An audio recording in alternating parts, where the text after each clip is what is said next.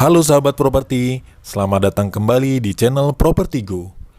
Pada kesempatan video kali ini kita akan belajar lagi dari guru kita Tung Desem Waringin tentang marketing revolution. Jangan lupa like, share, and subscribe pada channel ini jika sahabat menyukai video ini. Selamat datang di channel Properti Go. Halo sahabat properti, selamat datang di channel Properti Go.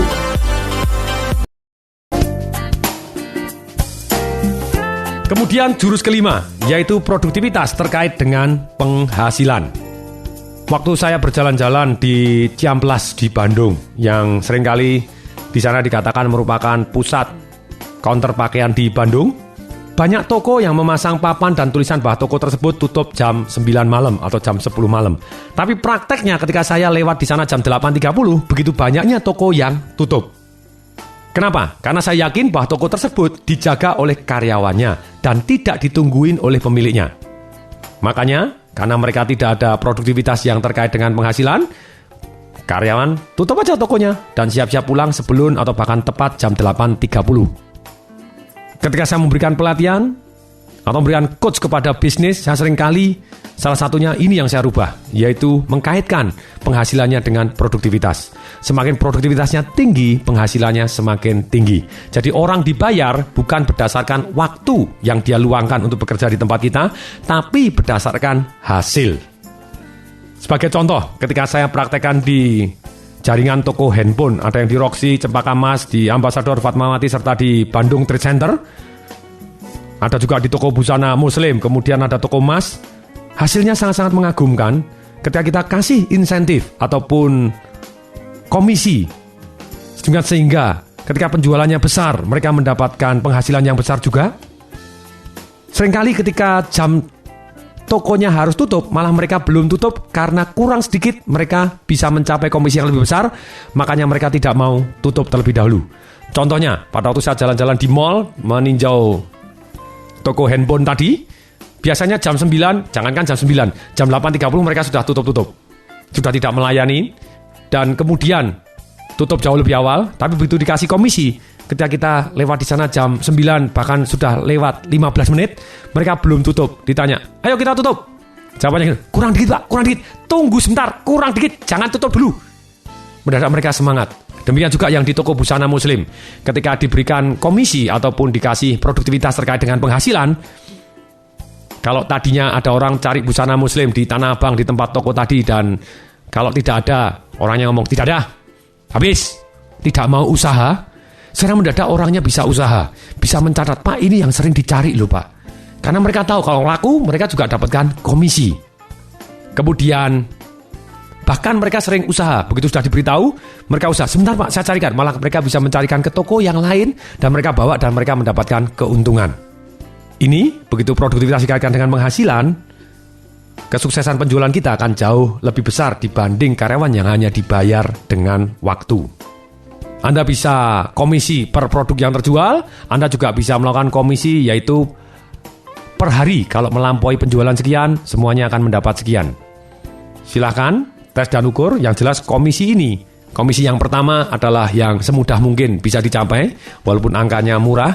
Dan kemudian step berikutnya, kalau mencapai misalnya penjualan tadinya 2 juta dapat komisi, sekarang 2,5 juta dapat komisi yang lebih besar. 3 juta lebih besar lagi, kalau 5 juta lebih besar lagi. Jadi akibatnya mereka mengejar ke level berikutnya dan level berikutnya. Berikutnya jurus ke-6, yaitu teknik monitoring. Kita melakukan monitoring. Ini penting.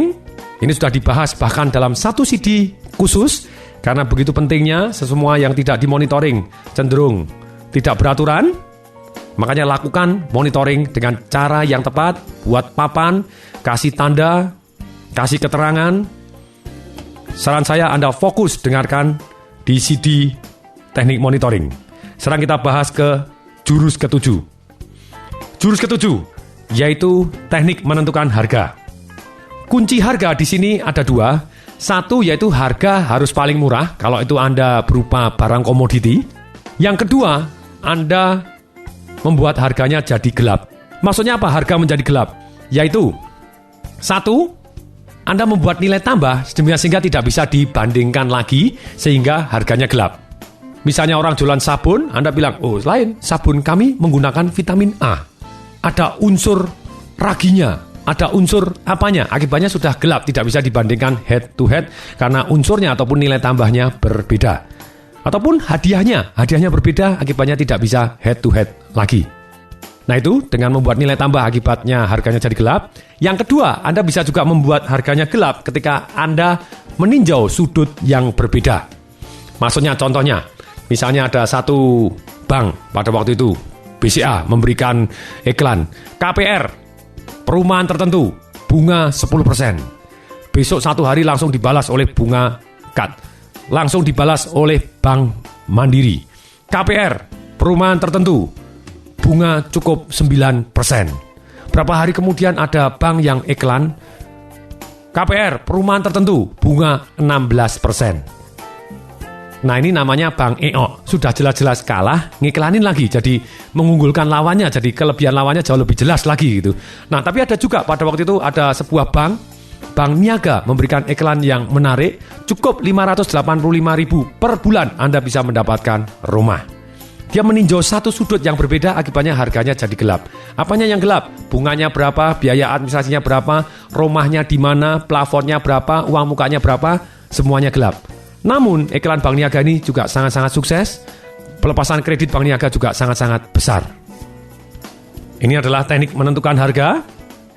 Nah kalau pertanyaannya, Pak, kalau ini barang saya tidak ada di masyarakat, kemudian ongkos produksinya 100, mestinya harganya yang saya jual berapa?